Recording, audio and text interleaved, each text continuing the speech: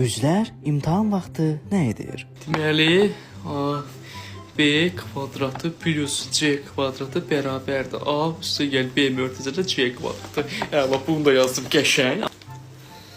Bağlamadı dəftər, bağlamadım. Kövrü götürüm də. Heç öməlim. Aha, deyək. Belə tutarsın. Açıq qoy. Qol çək. Neyse, keçim o bir şey fənnə. Aha, kimya. Kimya? Kim?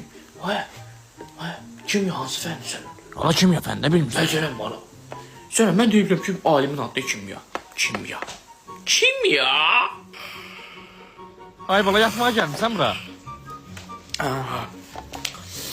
A məntəqəsindən B məntəqəsinə gedən yolda... Atama keçmişim burada, bir əvvəl buz kimi saxla özümə, baba. Kəsilmişsiniz. Kəsilmişəm, bəli, kəsilmişəm sən o halda da, hələ, kəsilmişəm. Necə balıymışam, dəyişəni bilirsiniz. Mən o, necə olduğunu tanımırdım mən.